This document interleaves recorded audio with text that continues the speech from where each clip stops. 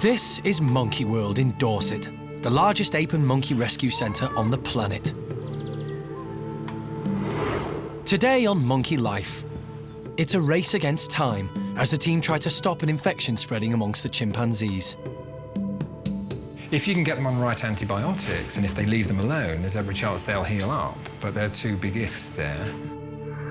The orangutans are watching their weight, and the lemurs and macaques meet for the very first time. Even though those guys don't really belong together, if it's good for the remaining years for those individuals, why not give it a go?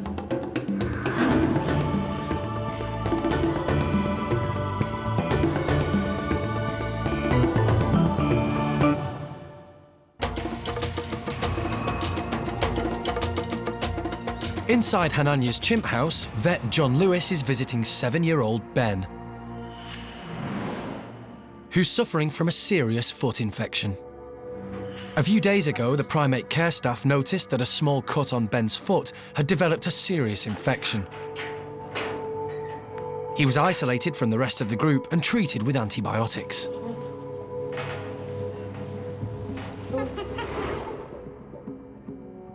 Today, John wants to check that the infection is clearing up and that there's no more treatment necessary. It's not the right colour, is it, my friend? Not really. Did these all start as small nicks and wounds, which you just think would heal up? Yeah. Perfectly naturally.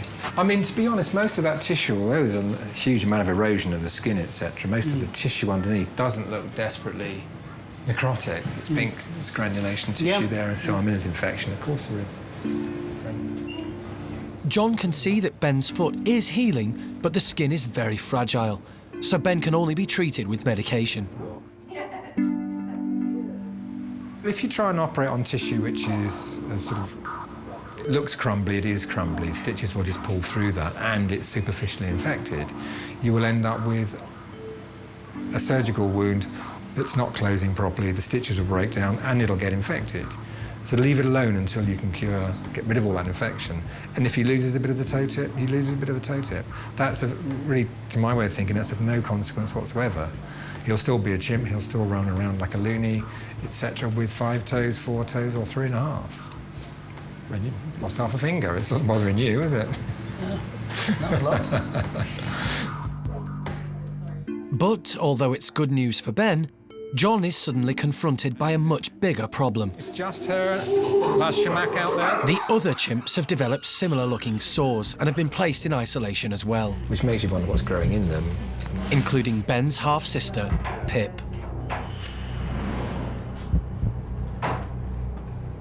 She had 1 or 2 scrapes on her, as chimps do, as they always do. And Ben has been attending to them and picking at them. The skin lesions look extremely sore and inflamed, just like Ben's. Same with her, small wounds turning into scabs. Okay. Everyone is baffled, and they have no idea how contagious the infection might be. Skin samples have been rushed to the lab for analysis. It's a race against time to diagnose the problem and prevent any more animals from getting the infection. If you can get them on right antibiotics, and if they leave them alone, there's every chance they'll heal up. But there are two big ifs there. Later, the lab results are in, and the team are even more puzzled. It is still rather confusing, though. They have identified another bacteria from Pip.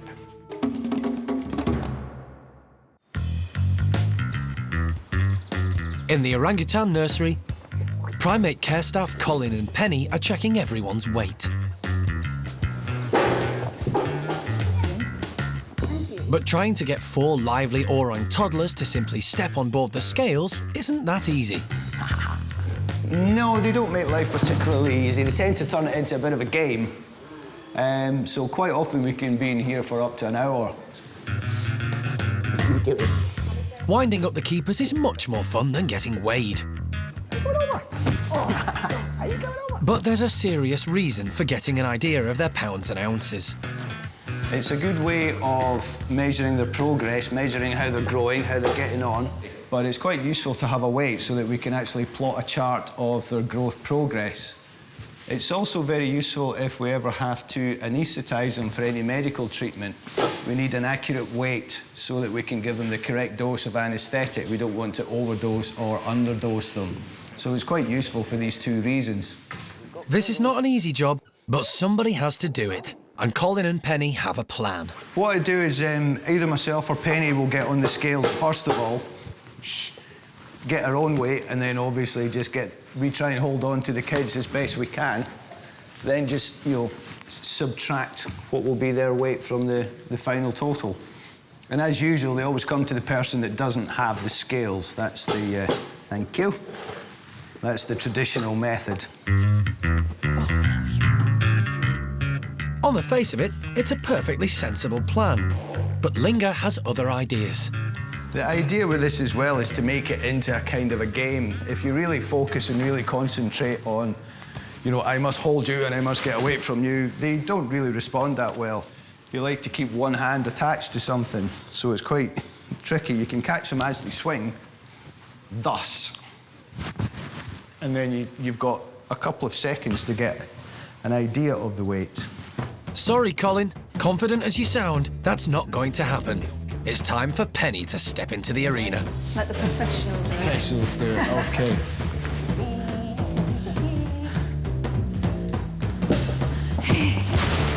Oh, I've put on half a stone. 9. That's my hair you're holding on to there.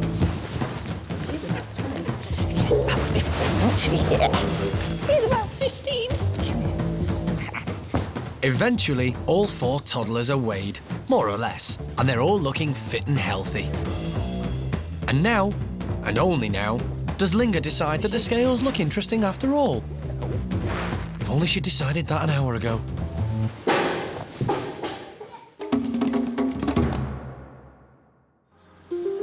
There are 28 groups of primates living at Monkey World, and staff work hard to ensure that troops are well matched and live happily together as a unit. But sometimes things just don't work out, and monkeys have to be moved. Today, the team are hoping to resolve some gripes amongst a few of the park's older residents by creating a brand new group in a vacant enclosure. Rather than leaving the house in the enclosure that's beautiful, laying there empty, waiting for our next rescue, we thought the geriatric stump-tail macaques, which would be Coco, Gerald, and Roland, we thought that they would actually go in here really quite well, and they can scoot around. And well, we have 4 remaining stroppy female old-timer lemurs. They were making the boys' lives a nightmare up in Malagasy, so we thought that the stumptails could live in the house and in the enclosure down low. The ringtails could bounce around above them as they will, and that everybody will sort of just coexist. In the wild, lemurs live in Madagascar, an island off the southeastern coast of Africa, and macaques like stump-tails live in southern Asia. So there are normally 4,600 miles and the Indian Ocean separating the 2 species. This will be the first time that these old monkeys will have met one another, and everyone's anxious to see how they'll react. Even though those guys don't really belong together, if it's good for the remaining years for those individuals, why not give it a go? I mean, that's what we do here. So what we're doing is looking at the welfare of the 2 groups and thinking that actually they might benefit from a little bit of stimulation from each other. For us, that's the main thing, is keeping their minds busy, keeping them occupied, and keeping them in a good environment that meets their needs. First out of the travelling boxes are the macaques. They just get along with what they have to do and take it all in their stride. More at market, huh? Now it's time to let the lemurs into the house. But they seem to be a lot more anxious. They're released into a bedroom alongside the macaques, so that the 2 groups can check each other out from a safe distance. The elderly macaques don't seem in the slightest bit bothered by their new roommates. And the lemurs have calmed down. So the team decide it's time to open the linking door and let the groups interact. Roland makes his way into the other room, followed by Gerald. But the lemurs are still tentative. Coco's also a little more wary of the new neighbours and hangs back. But then she spots something. Gerald's tucking into lunch, and that's enough to change her mind. And as the macaques settle down to enjoy their meal, the lemurs rapidly realise that they're missing out.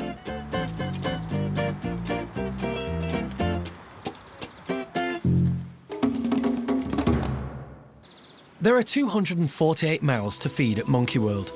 Making sure that all of the animals are provided with a healthy, balanced diet is no mean feat.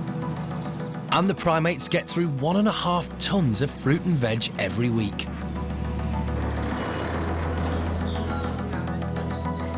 There are a grand total of 94 capuchins now living at Monkey World, and they're fed a main meal twice a day, with some nice snacks in between. Today, the bachelor group's afternoon treat is walnuts.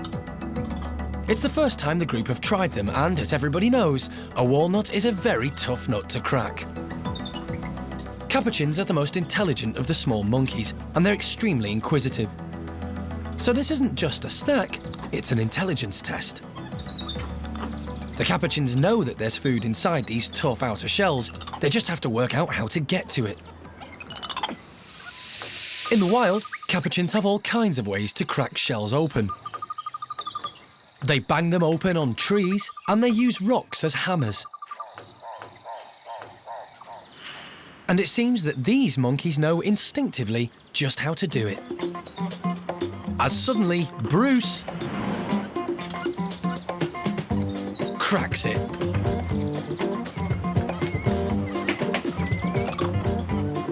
And once they've seen how it's done, it's not long before the others get the idea. This is a world away from the capuchins' previous lives confined in small laboratory cages.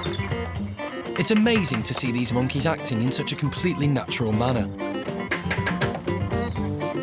And once you've got the knack, walnuts are a cinch. But not for everybody. Poor Felipe just cannot get the hang of it. And by the looks of things, it's going to keep him busy until the next meal.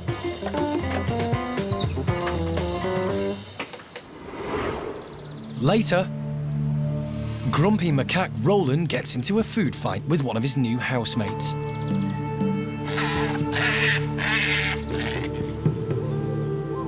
And keeper Toby finds out if Max the marmoset is sticking to his diet. Losing 50 grams to us might not seem a lot, but to them it's quite a big portion of their body weight.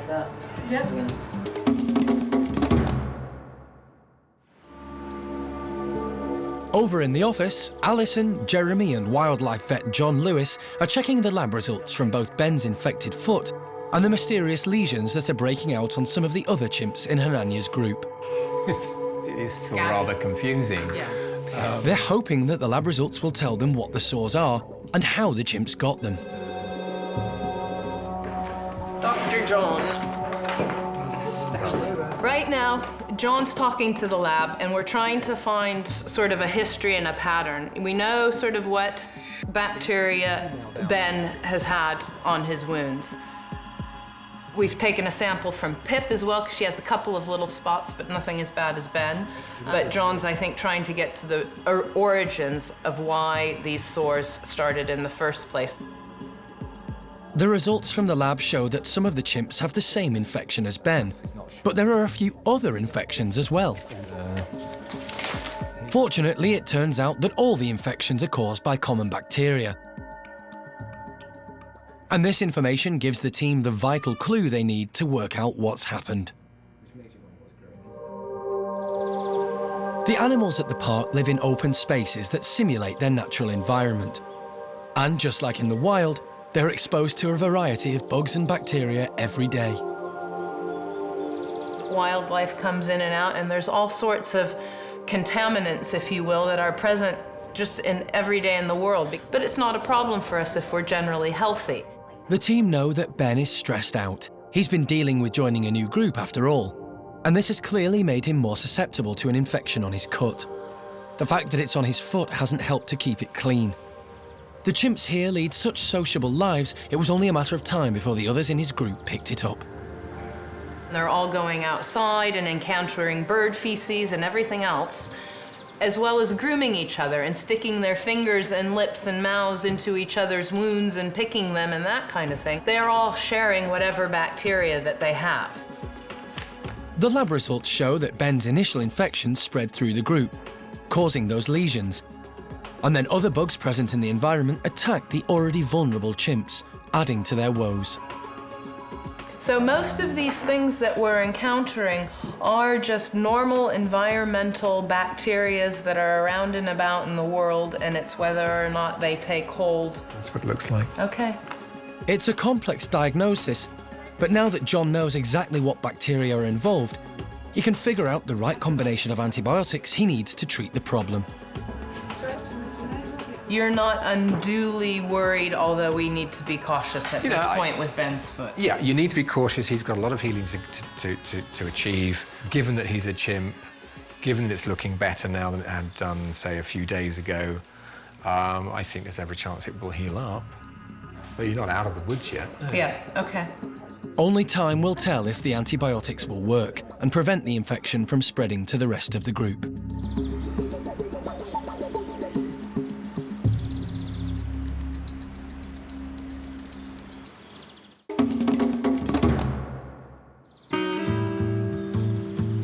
On the other side of the park, it's time for the marmosets to be weighed. Good boy. The team want to make sure that they're all fit and healthy. Unlike the chaos in the orangutan nursery earlier in the day, Keeper Toby has everything under control. What we're doing here with the boy marmosets to actually get them to sit on the scale is known as target training. Good boy, Marcel. Basically, we dip the target, which is temporarily a stick. We dip this into some food, which in this case is marmoset gum, which is one of their very favourites. It's sort of part of their natural diet. They eat a lot of gum and sap. And then we position them in the enclosure where we want them to be, in this case on the scales. And when they come to the target and touch it, they get clicked and they obviously get to lick the reward off. Fluctuations in a marmoset's weight can have serious implications, so they're monitored more frequently than the orangutans. These guys weigh only sort of 300-400 grams. It's very important that we know what sort of weight they're at, because losing 50 grams to us might not seem a lot, but to them it's quite a big portion of their body weight. Particularly in this bachelor group where we're doing introductions at the moment. Stress can obviously cause animals to lose weight, so it's equally important to make sure that all the boys in this group are staying at constant weights. However, there's one animal that Toby hopes has lost weight. Mad Max has been on a diet since he arrived. Before moving to the park, his previous owners liked to feed him sugary treats, which didn't do much for his waistline. Max weighs 330 grams.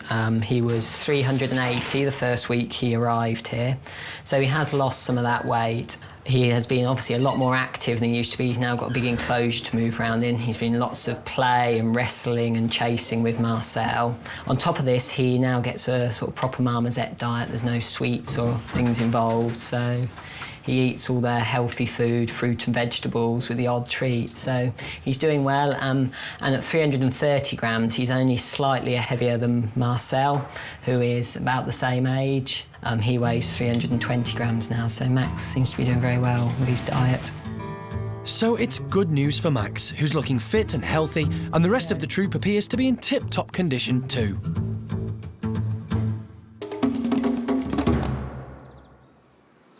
Back at the old Capuchin house, a bunch of geriatric housemates are checking out their new outdoor enclosure. This is the first time that these ring-tailed lemurs and stump-tailed macaques have ever lived together, and it's clearly going to take some getting used to. Their first challenge: can they share feeding time without a fight? The keepers have provided them with some fruity ice lollies. They've been fixed at different heights to suit the feeding habits of both species, and to make sure everyone gets something to eat. Lemurs like to feed in the trees, whilst macaques like to forage around at ground level. But macaque Gerald seems to have forgotten he's supposed to forage at ground level. He loves his food so much, he's willing to climb to get to it.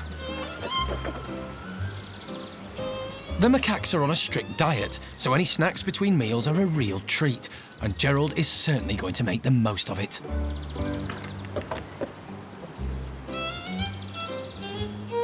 Sharing isn't the macaque's strong point. Grumpy Roland isn't about to let his new housemates anywhere near his lolly. Gerald's fingers are bent and arthritic from his days living in a lab, so he's finding it difficult to grasp onto the fruit. But eventually the lollies start to melt, and the lemurs are able to use their dexterous fingers to dislodge some of the best bits. So when the fruit begins to drop, it gives the other residents a chance to get their fair share.